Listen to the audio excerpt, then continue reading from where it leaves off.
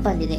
ನಮ್ಮ love life ವಿಚಾರದಲ್ಲಿ balance ಅನ್ನ ಮಾಡಬೇಕು ಅನ್ನುವಂತಹ ಆಲೋಚನೆ ಏನಿರುವಂತಹದ್ದು ನಿಮಗೆ ರೆಪ್ರೆಸೆಂಟ್ ಆಗ್ತಾ ಇದೆ. ಎಮೋಷನಲ್ ಆಗಿ ನೀವು ತುಂಬಾ ಯೋಚನೆಯನ್ನ ಮಾಡ್ತಾ ಇರುವಂತಹದ್ದು, ಒಂದು ಬ್ಯಾಲೆನ್ಸ್ ಇರಬೇಕು, ಒಂದು ರೀತಿಯ ಸ್ಟೇಬಲ್ ಆಗಿರ್ಬೇಕು ನನ್ನ ಲವ್ ಲೈಫು ಅನ್ನುವಂತಹ ಆಲೋಚನೆಯನ್ನ ಮಾಡ್ತಾ ಇರುವಂತಹದ್ದು ರೆಪ್ರೆಸೆಂಟ್ ಆಗ್ತಾ ಇದೆ. ರೀಡಿಂಗ್ ಅನ್ನ ಶುರು ಮಾಡೋಣ. ಓಕೆ, ಇನ್ ಪಾಸ್ಟ್ ಅಲ್ಲಿ ನಾನು ಇವಾಗ ರೀಡಿಂಗ್ ಅನ್ನ ತಗೋತಾ ಇರೋದು ಯಾವ್ದು ಗೊತ್ತಾ? ಸೊ ಪಾಸ್ಟ್ ನ ಬಗ್ಗೆ ಮತ್ತೆ ನಿಮ್ಮ ಲವ್ ಲೈಫಿನ ಪಾಸ್ಟ್ ನ ಬಗ್ಗೆ, ಅಟ್ ಪ್ರೆಸೆಂಟಿನ ಬಗ್ಗೆ, ಹಾಗೇನೆ ಇಮಿಡಿಯೇಟ್ ಫ್ಯೂಚರಿನ ಬಗ್ಗೆ ನಾನು ರೀಡಿಂಗ್ ಅನ್ನ ತಗೋತಾ ಇರೋದು. ಓಕೆನಾ? So bottom of the duck ಅಲ್ಲಿ ಏನಿತ್ತು? So bottom of the duck ನಿಮ್ಗೆ ಏನ್ ಬಂದಿತ್ತು?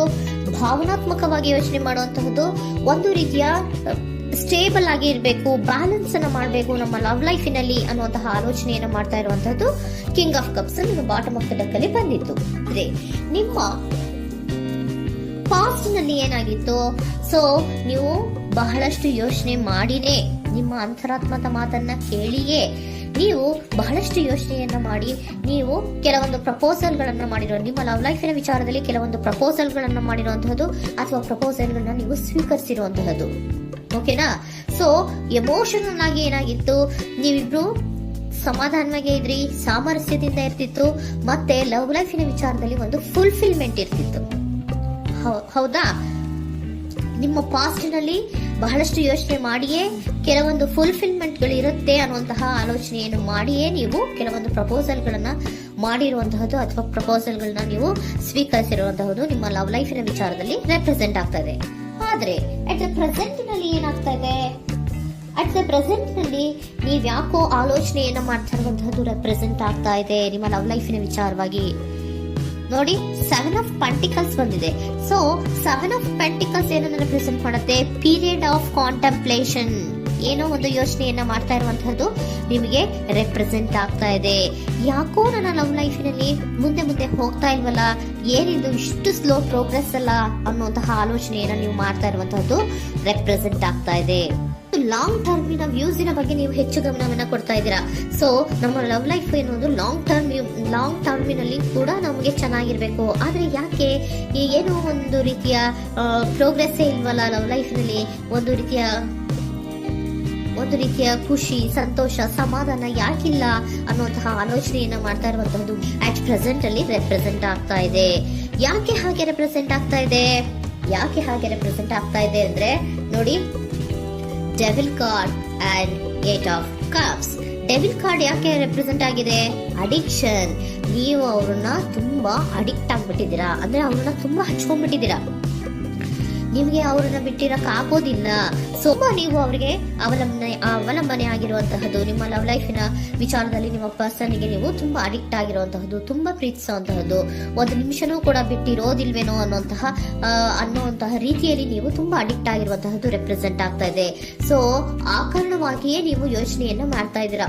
ಸೊ ಯಾವುದೇ ಲವ್ ಲೈಫಿನಲ್ಲಿ ಯಾವುದೇ ರೀತಿಯ ಮುಂದುವರಿಕೆ ಕಾಣ್ತಾ ಇಲ್ವಲ್ಲ, ಏನಾಗ್ಬಹುದು, ಏನಾದ್ರೂ ನಾನು ಪ್ರೀತಿಯನ್ನ ಬಿಟ್ಟು ಮುಂದೆ ಹೋಗ್ಬೇಕಾಗುತ್ತಾ ಬೇಜಾರಿನಲ್ಲಿ ಅನ್ನುವಂತಹ ಆಲೋಚನೆಯನ್ನ ಮಾಡ್ತಾ ಇರುವಂತಹದ್ದು ಅಟ್ ಪ್ರೆಸೆಂಟ್ ನಲ್ಲಿ ರೆಪ್ರೆಸೆಂಟ್ ಆಗ್ತಾ ಇದೆ. ಯಾಕಂದ್ರೆ ಯಾವುದೇ ರೀತಿಯ ಮುಂದುವರಿಕೆಗಳು ಇಲ್ಲ. ಸೊ ನಿಮ್ಮಲ್ಲಿ ಏನಿದೆ? ಕೆಲವೊಂದು ರೀತಿಯ ಸ್ಟಾಗ್ನೇಷನ್ ಅಲ್ಲಿ ಇದೆ, ಅಸಮಾಧಾನಗಳಿದೆ, ಭಿನ್ನಾಭಿಪ್ರಾಯಗಳಿದೆ. ಯಾವುದೇ ರೀತಿಯ ಲವ್ ಲೈಫ್ ನಲ್ಲಿ ಒಂದು ರೀತಿಯ ಖುಷಿ ಅನ್ನೋದು ಅಟ್ ಪ್ರೆಸೆಂಟ್ ಅಲ್ಲಿ ನಿಮ್ಗೆ ಕಾಣ್ತಾ ಇಲ್ಲ. ಆದ್ರೆ ಯೋಚನೆ ಅಂತೂ ಮಾಡ್ತಾ ಇದ್ದೀರಾ. ಅಡಿಕ್ಷನ್ಸ್ ಇದೆ ಅಲ್ವಾ?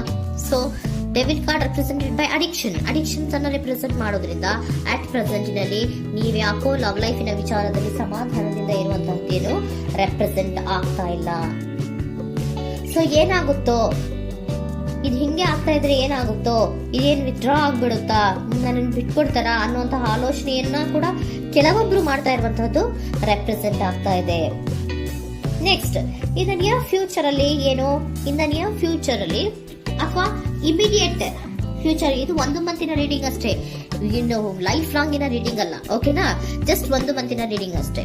ನೆಕ್ಸ್ಟ್ ಬಂದಿರುವಂತಹದ್ದು ಯಾವುದು? 8 ಆಫ್ ಪೆಂಟಿಕಲ್ಸ್ ಬಂದಿದೆ. ಸೊ 8 ಆಫ್ ಪೆಂಟಿಕಲ್ಸ್ ಏನ್ ಮಾಡ್ಬೇಕಿತ್ತು? ನೀವು ಈ ಅಡಿಕ್ಷನ್ಸ್ ಅನ್ನ ಬಿಟ್ಟು, ಯೋಚನೆಯನ್ನ ಬಿಟ್ಟು, ಏನಕ್ಕೆ ಅಸಮಾಧಾನ ಆಗ್ತಾ ಇದೆ ಅನ್ನೋದನ್ನೆಲ್ಲ ಬಿಟ್ಬಿಟ್ಟು ನೀವು ಫೋಕಸ್ ಅನ್ನ ಮಾಡುವಂತಹದ್ದು ರೆಪ್ರೆಸೆಂಟ್ ಆಗ್ತಾ ಇದೆ. ಸೊ ಏನ್ ಫೋಕಸ್ ಮಾಡುವಂತಹದ್ದು? ಏನಾಗಿದೆ ನನ್ನ ಲವ್ ಲೈಫಿನ ವಿಚಾರದಲ್ಲಿ? ಎಲ್ಲ ಚೆನ್ನಾಗೇ ಇತ್ತಲ್ಲ ನೋಡಿ, ಪಾಸ್ಟಿನಲ್ಲಿ ನಿಮಗೆ ಚೆನ್ನಾಗೇ ಇತ್ತಲ್ಲ, ಯೋಚನೆ ಮಾಡಿನೇ ತಾನೇ ನೀವು ಲವ್ ಲೈಫಿನಲ್ಲಿ ಪ್ರಪೋಸಲ್ಗಳನ್ನ ಸ್ವೀಕರಿಸಿದ್ದು, ಮತ್ತೆ ಅಲ್ಲಿ ಫುಲ್ಫಿಲ್ಮೆಂಟ್ ಇರುತ್ತೆ ಅಂತ ತಾನೇ ನೀವು ಸಮಾಧಾನವಾಗಿ ಪ್ರಪೋಸಲ್ಗಳನ್ನ ಸ್ವೀಕಾರ ಮಾಡಿದ್ದು. ಆದ್ರೆ ಪ್ರೆಸೆಂಟಿನಲ್ಲಿ ಕೆಲವೊಂದು ರೀತಿಯ ಭಿನ್ನಾಭಿಪ್ರಾಯಗಳು, ಕೆಲವೊಂದು ರೀತಿಯ ಅಡಿಕ್ಷನ್ಗಳು, ಕೆಲವೊಂದು ರೀತಿಯ ಯೋಚನೆಯನ್ನು ಮಾಡ್ತಾ ಇರುವಂತದ್ದು ರೆಪ್ರೆಸೆಂಟ್ ಆಗ್ತಾ ಇದೆ. ಅಟ್ ಪ್ರೆಸೆಂಟಿನಲ್ಲಿ ನೀವೇನು ಸಮಾಧಾನವಾಗಿ ಲವ್ ಲೈಫಿನಲ್ಲಿ ಇಲ್ಲದೆ ಇರುವಂತದ್ದು ರೆಪ್ರೆಸೆಂಟ್ ಆಗ್ತದೆ. ಆದ್ರೆ ಇಮಿಡಿಯೇಟ್ ಫ್ಯೂಚರಿನಲ್ಲಿ ಏನಾಗ್ತಾ ಇದೆ, 8 ಆಫ್ ಪೆಂಟಿಕಲ್ಸ್ ಬಂದಿದೆ. ಸೊ 8 ಆಫ್ ಪೆಂಟಿಕಲ್ಸ್ ಏನನ್ನ ರೆಪ್ರೆಸೆಂಟ್ ಮಾಡುತ್ತೆ? ಓಕೆ, ನೀವೇನ್ ಮಾಡ್ತಾ ಇದ್ದೀರಾ, ಬಹಳಷ್ಟು ಫೋಕಸ್ ಅನ್ನ ನಿಮ್ಮ ಲವ್ ಲೈಫಿನ ವಿಚಾರದಲ್ಲಿ ಮಾಡ್ತಾ ಇರುವಂತಹದ್ದು. ಏನ್ ಮಾಡ್ಬೇಕು, ಯಾಕಿಷ್ಟು ಭಿನ್ನಾಭಿಪ್ರಾಯಗಳು ಬರ್ತಾ ಇದೆ ಅನ್ನೋದ್ರ ಬಗ್ಗೆ ನೀವು ಯೋಚನೆಯನ್ನ ಮಾಡ್ತಾ ಇರುವಂತಹದ್ದು ರೆಪ್ರೆಸೆಂಟ್ ಆಗ್ತಾ ಇದೆ. ನೋಡಿ, ಅದರ ಬಗ್ಗೆ ಹಾರ್ಡ್ ವರ್ಕ್ ಅನ್ನ, ಲವ್ ಲೈಫಿನ ವಿಚಾರವಾಗಿ ಸ್ವಲ್ಪ ಹಾರ್ಡ್ ವರ್ಕ್ ಅನ್ನ ಮಾಡ್ತಾ ಇರುವಂತಹದ್ದು ರೆಪ್ರೆಸೆಂಟ್ ಆಗ್ತಾ ಇದೆ. ಸೊ ಬಹಳಷ್ಟು ಕಮಿಟ್ಮೆಂಟ್ ಅನ್ನ ಇಟ್ಕೊಂಡು ಇದನ್ನ ನಾನು ಸರಿ ಮಾಡ್ಕೊಳ್ಳೇಬೇಕು ಅನ್ನುವಂತಹ ಆಲೋಚನೆಯನ್ನ ಮಾಡ್ತಾ ಇರುವಂತದ್ದು. ಸರಿ ಆಗ್ಲೇಬೇಕು, ಈ ಎಲ್ಲಾ ರೀತಿಯ ಅಸಮಾಧಾನಗಳಿಂದ ನಾನು ಆಚೆ ಬರಬೇಕು, ಸಮಾಧಾನವಾಗಿರ್ಬೇಕು, ಬ್ಯಾಲೆನ್ಸ್ ಅನ್ನ ಮಾಡ್ಬೇಕು ಅನ್ನೋದನ್ನ ನೀವು ಇಟ್ಕೊಂಡು ನೀವು ಹಾರ್ಡ್ ವರ್ಕ್ ಅನ್ನ ನಿಮ್ ಲವ್ ಲೈಫಿನ ವಿಚಾರದಲ್ಲಿ ಮಾಡ್ತಾ ಇರುವಂತದ್ದು ರೆಪ್ರೆಸೆಂಟ್ ಆಗ್ತಾ ಇದೆ. ನೆಕ್ಸ್ಟ್ ಕಾರ್ಡ್ ಕೂಡ ನಿಮ್ಗೆ ಕಿಂಗ್ ಆಫ್ ಸೋರ್ಟ್ಸ್ ಬಂದಿದೆ. ಸೊ ಕಿಂಗ್ ಆಫ್ ಸೋರ್ಟ್ಸ್ ಏನನ್ನ ರೆಪ್ರೆಸೆಂಟ್ ಮಾಡುತ್ತೆ? ಸ್ಪಷ್ಟವಾಗಿ ಥಿಂಕ್ ಅನ್ನ ಮಾಡ್ತಾ ಇದ್ದೀರಾ. ನಮ್ಮ ಲವ್ ಲೈಫಿನ ವಿಚಾರದಲ್ಲಿ ಯಾಕೆ ಅಸಮಾಧಾನ ಬರ್ತಾ ಇದೆ, ಯಾಕೆ ಭಿನ್ನಾಭಿಪ್ರಾಯ ಬರ್ತಾ ಇದೆ, ನಾನಂತೂ ಅವ್ರನ್ನ ಬಿಟ್ಟಿರಕ್ಕಾಗಲ್ಲ. ಸೊ ನಾನೇನ್ ಮಾಡ್ಬೇಕು, ಇದನ್ನೆಲ್ಲ ಕೂಡ ಬ್ಯಾಲೆನ್ಸ್ ಅನ್ನ ಮಾಡ್ಬೇಕು. ಅದಕ್ಕೆ ನಾನು ಏನ್ ಮಾಡ್ಬೇಕು, ಫೋಕಸ್ ಅನ್ನ ಮಾಡ್ಬೇಕು. ಫೋಕಸ್ ಅನ್ನ ಮಾಡಿ ಅಲ್ಲಿ ನೀವು ಕರೆಕ್ಟ್ ಆಗಿ ಕ್ಲಿಯರ್ ಥಿಂಕಿಂಗ್ ಅನ್ನ ಮಾಡಿ, ಒಂದು ಸ್ಟ್ರಾಂಗ್ ವಿಲ್ ಪವರ್ ಅನ್ನ ಇಟ್ಕೊಂಡು ನೀವು ಮೆಚ್ಯೂರ್ ಆಗಿ ಥಿಂಕ್ ಮಾಡಿ ಕೆಲವೊಂದು ರೀತಿಯ ನಿರ್ಧಾರಗಳನ್ನ ಮಾಡುವಂತಹದ್ದು ರೆಪ್ರೆಸೆಂಟ್ ಆಗ್ತದೆ. ನೋಡಿ, ಸ್ಟ್ರಾಂಗ್ ಆಗಿ ಒಂದು ವಿಲ್ ಪವರ್ ಅನ್ನ ಇಟ್ಕೊಂಡು ಫೋಕಸ್ ಅನ್ನ ಮಾಡಿ ನೀವು ನಿಮ್ಮ ಲವ್ ಲೈಫಿನ ವಿಚಾರದಲ್ಲಿ ಬಹಳಷ್ಟು ಧೈರ್ಯದಿಂದ ನಿಮ್ಮ ಲವ್ ಲೈಫಿನ ವಿಚಾರವನ್ನ ಅಥವಾ ಲವ್ ಅನ್ನ ನೀವು ಬ್ಯಾಲೆನ್ಸ್ ಅನ್ನ ಮಾಡುವಂತಹದ್ದು ರೆಪ್ರೆಸೆಂಟ್ ಆಗ್ತಾ ಇದೆ.